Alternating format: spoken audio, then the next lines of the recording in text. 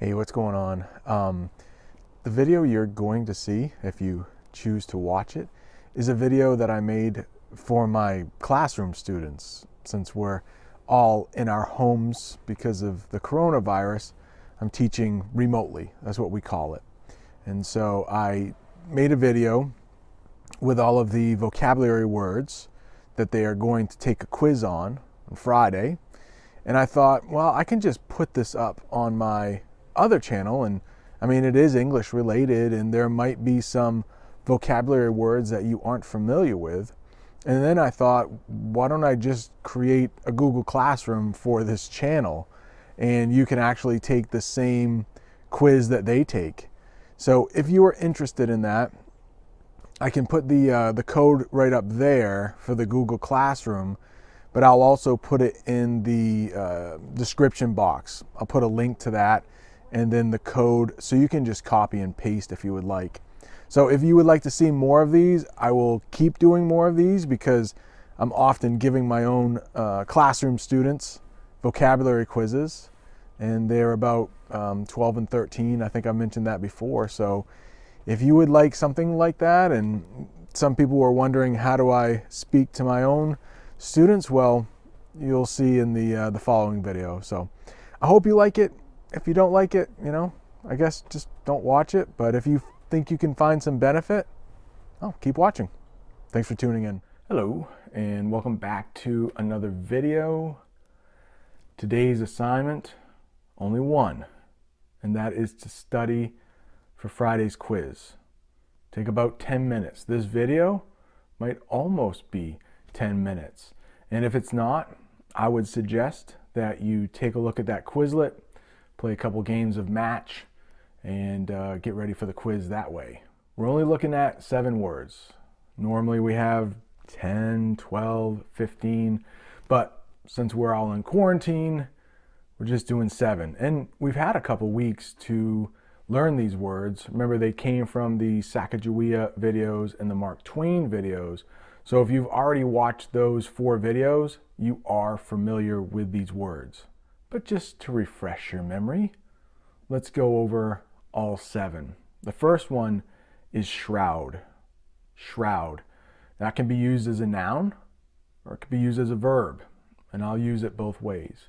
So as a noun, it is a covering to wrap around a body for burial. Now in the United States, bodies aren't often wrapped in shrouds, but certainly in ancient Egypt, you might hear of bodies being wrapped in shrouds. So nowadays, bodies mostly are buried in caskets. Not so many shrouds in the United States these days. But to use it as a verb, you would just make it an action. And you could say, you shroud a body before burial. So let's stop talking about death. Move on to something a little happier. Number 2 is entrepreneur. Entrepreneur. You may remember this from the Mark Twain video and article, that it means a person who starts their own business. They want to work for themselves. They don't want to work for another company. They would rather be their own boss. But an entrepreneur is anyone who starts their own business.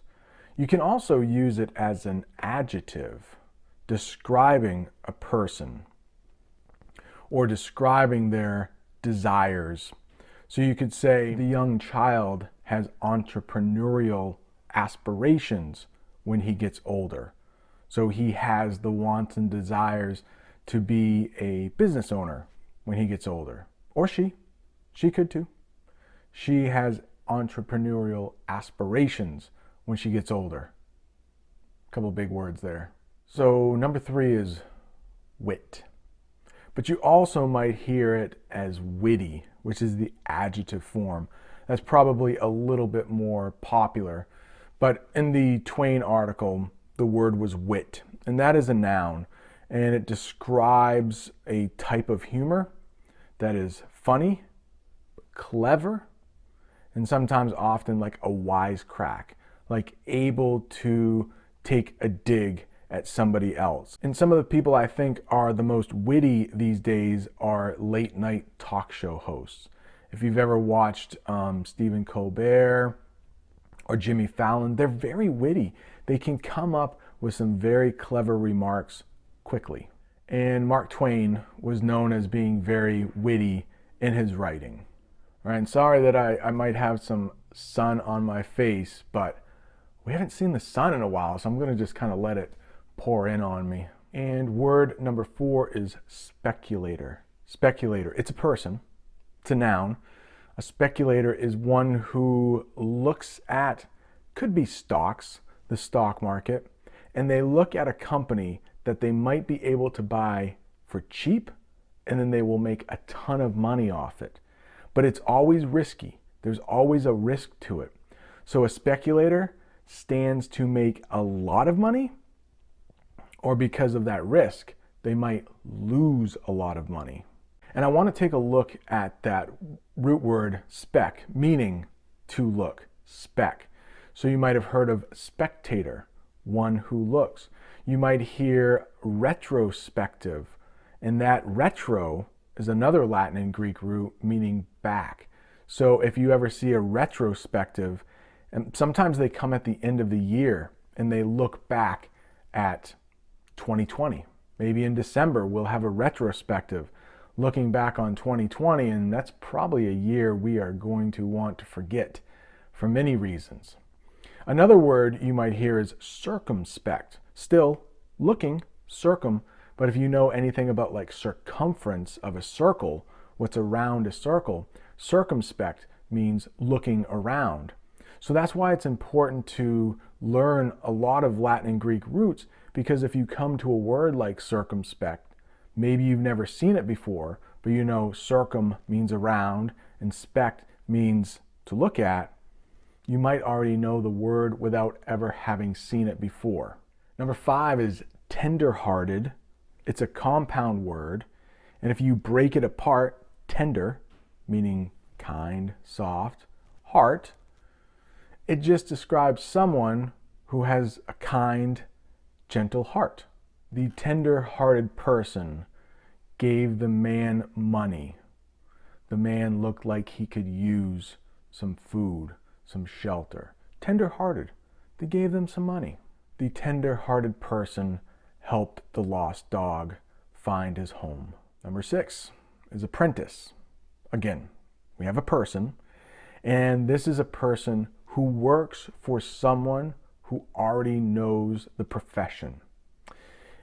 Back in the day, back in Twain's day, an apprentice might have learned how to be a blacksmith, how to work with metal. These days, you might see an apprentice working for a plumber.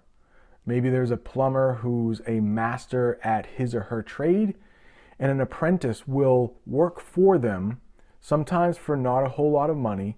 They'll work for them and gain experience on how to do that job. Electricians often will take on apprentices.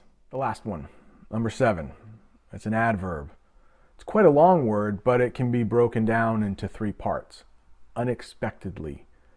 Unexpectedly. Let's take that root word, expect. Expect means you know it's coming. You understand something is going to happen. Like tomorrow, I expect it to rain. So you know in the future it's going to happen. Put that in the front of a word, then it means not. So unexpectedly means you didn't know it was going to happen. So maybe your alarm clock went off unexpectedly. You didn't realize it was going to happen. Or maybe the rain started pouring unexpectedly. So it describes something you didn't realize was going to happen. My girlfriend broke up with me unexpectedly. My boyfriend broke up with me unexpectedly.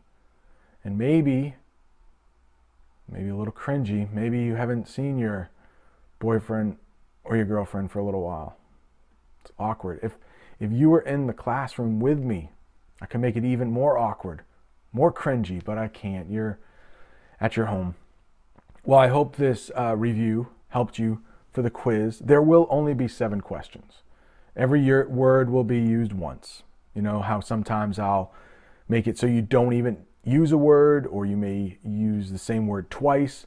This will be just straight 7 questions, 7 answers, multiple choice. Okay? Try to make it as easy for you as possible. If you studied, you should have no problem with these words. And as always, if you want to retake the quiz because you didn't do so well on it, that's an option as well. Just send me an email. All right, hope everybody's doing well at home. Hope this helped, and I will see you guys tomorrow.